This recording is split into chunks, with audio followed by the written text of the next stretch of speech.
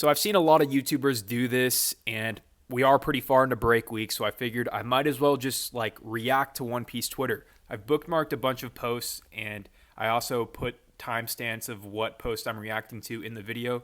So yeah, let's get right into it. First up, we got this post, and I absolutely love this post. It's comparing Koby's growth rate to Luffy's, and this is something that I've been preaching for ages. Koby's growth rate is the best that we have seen in One Piece this far. Luffy trained from 7 to 17 years old, while the 16-year-old Coby you see here trained for the span of around a month. Logtown to Enies Lobby is around 3 to 6 weeks, and was able to land a hit on Enies Lobby Luffy and dodge the guy. Of course he got bodied. This is literally the start of his training. That is not the point here. The main idea here is the fact that Coby even improved this quickly. Remember, he used to be an absolute wimp.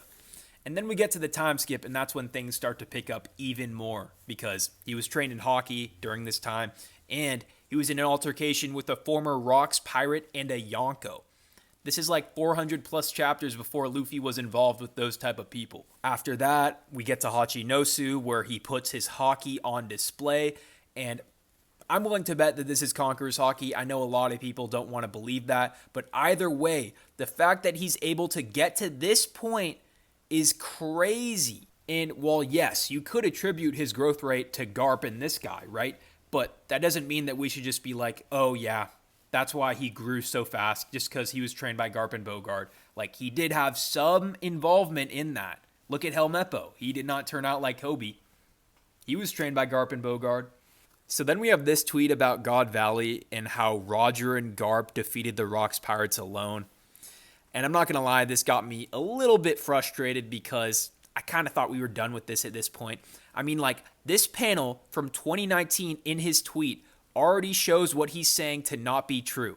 It says Roger and Garp joined forces to defeat the Rocks Pirates in battle. Now look, I do understand how you can misinterpret that panel into thinking it was just Garp and Roger, and I wouldn't have cared a while back, but that was 4 years ago, okay? We now have chapter 1096.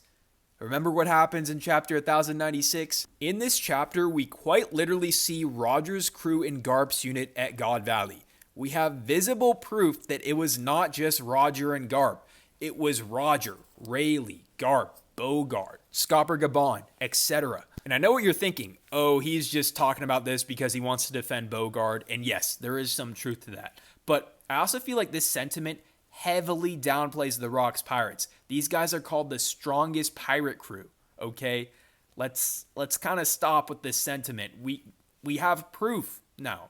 Let's just stop. So then we got this tweet about Luffy meeting Dragon, and I love talking about this because, in my opinion, a meeting between the two would be pretty underwhelming. Luffy does not care about Dragon. He literally forgot the dude even existed.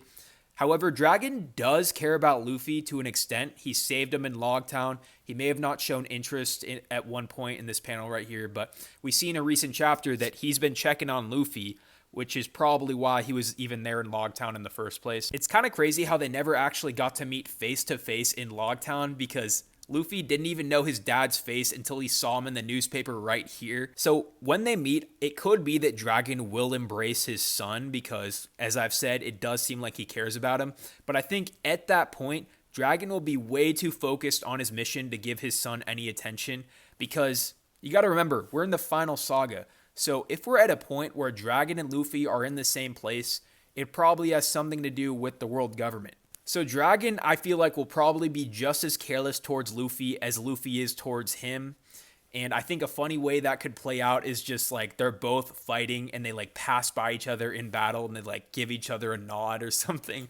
That could be pretty funny.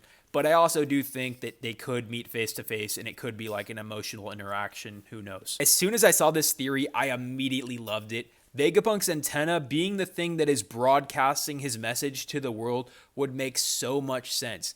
He is way too smart of a person to just be like having the most important broadcast in One Piece being centered in a space that is like easily accessible. And the fact that he says his head is an antenna and the broadcast started immediately after he flatlined, it would make perfect sense for it to be coming from his body itself. This post right here is just kind of funny. I mean, obviously, we're talking about two very different Luffys, but I do feel like Kaido should have scarred Luffy in some way.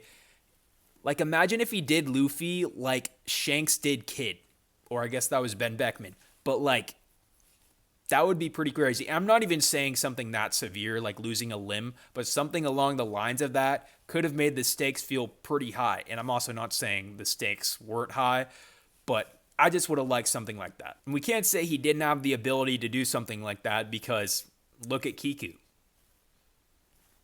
I mean, we know Oda was willing to do something like that.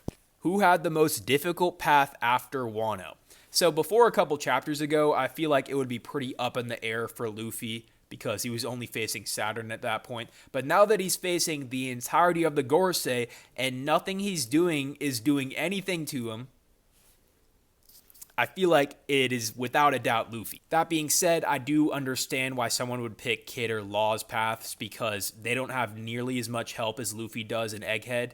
But if we're just comparing Kid and Law's paths, it is pretty complicated because they're all completely different pirates. So the way they would approach these situations is vastly different. Because think about it like this. If Law were to go down Kid's path and encounter the Red Hair Pirates, I highly doubt he would approach that situation in the same way and try to take out Shanks' fleet. Shanks is a very honorable man, so if the fight was approached in a different way like that, where Law just challenges Shanks himself or Luffy just challenges Shanks himself, he would probably give him a respectful duel. Because remember, before Kid even did that, Shanks was pretty calm and he was like willing to just like give him an honorable duel.